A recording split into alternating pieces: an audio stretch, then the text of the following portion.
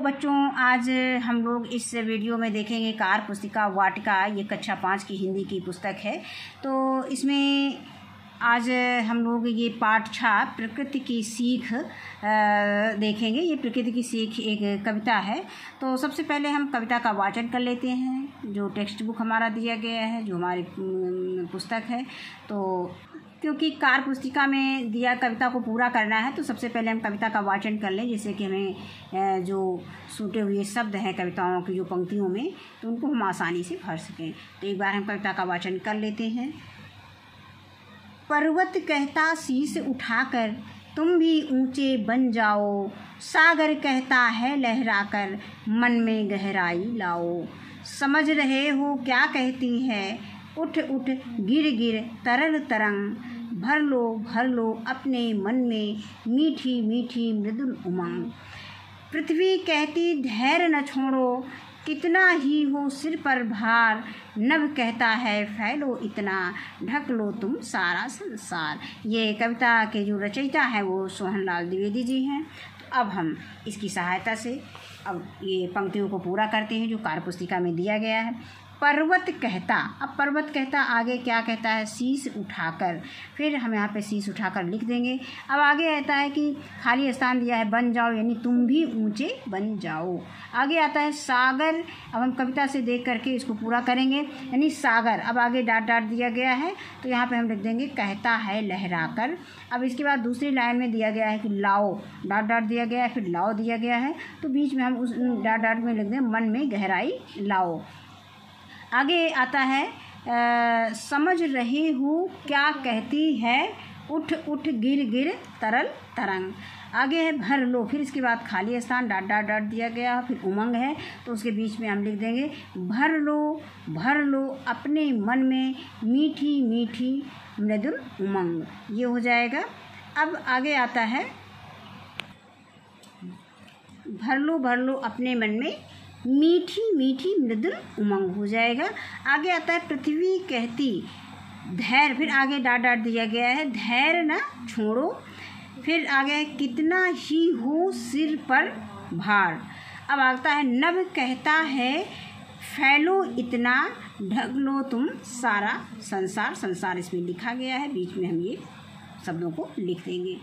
अब इसके बाद आगे प्रश्न देखते हैं।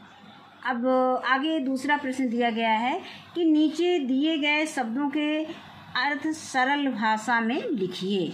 तो इसमें जैसे उदाहरण दिया गया कि मृदुल मीन क्या होता है, कोमल होता है। शीश मीन होता है सिर। सागर मीन होता है समुद्र। और पृथ्वी मीन होता है भूमि। नभ मीन होता है आकाश। और गहराई मीन होता है गंभीर।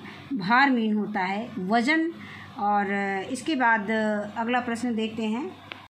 अगला प्रश्न है कि 3 पर्यायवाची शब्द लिखिए। तो इसमें एक उदाहरण दे दिया गया है कि जैसे पर्वत का पर्यायवाची शब्द दिया है। पर्वत को हम क्या क्या कह सकते हैं, पर्वत को पहाड़ कह सकते हैं, शिख कह सकते हैं और अचल कह सकते हैं।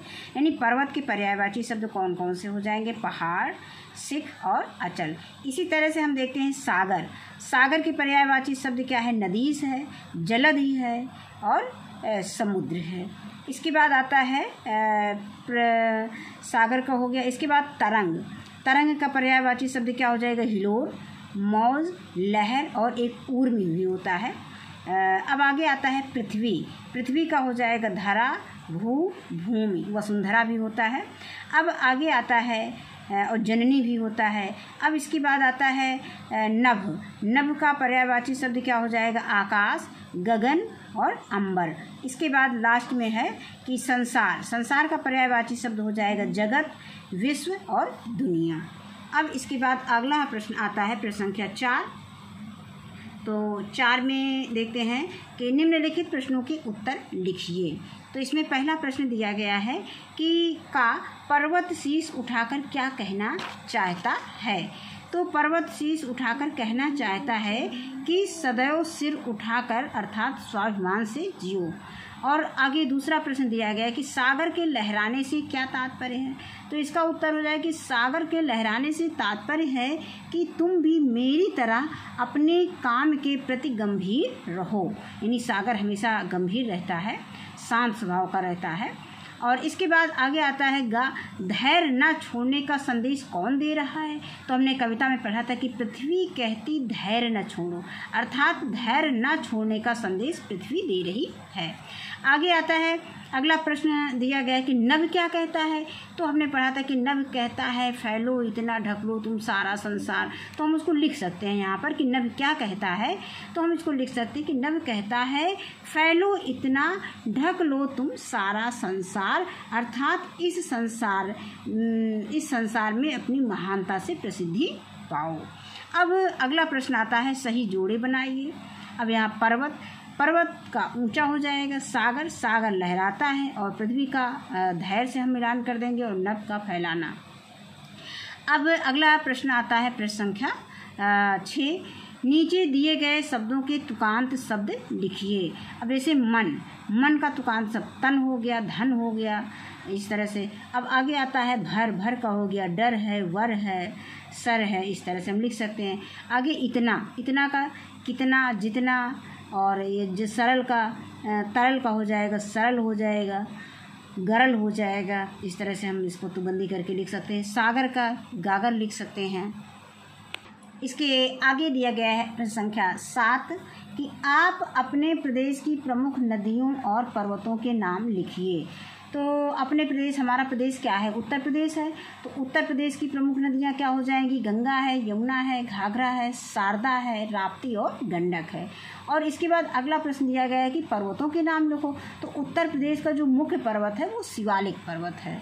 अब उसके आगे दिया गया है कि नीचे दिए गए शब्दों के लिए समानार्थी शब्द बक्से में से चुनकर लिखिए। अब पर्वत का क्या हो जाएगा, पहाड़ है, अचल है। यानी पर्वत का जो समानार्थी शब्द है पहाड़ और अचल है, यहाँ पे दिए गए हैं, इसी में से हमको देख करके लिखना है। सागर का समानार्थी शब्द हो जाएगा सिंधु और नदीस। उसी तरह से पृथ्वी का पर्यायवाची, वो पृथ्वी का जो समानार्थी शब्द हो जाएगा भूमि और वसुधा। इसके बाद संसार का समानार्थी शब्द हो जाएगा विश्व और जगत। अब आगे आता है कि पर्वत और लहराते हुए सागर का चित्र बनाइए। तो इसमें पर्वत और लहराते हुए सागर का ये हमने ऐसे रफली चित्र दे दिया है। तो इसी तरह से हमको इस पे कॉपी पे बना देना है। तो आज के वीडियो में बस इतना ही। वीडियो देखने के लिए बहुत बहुत धन्यवाद।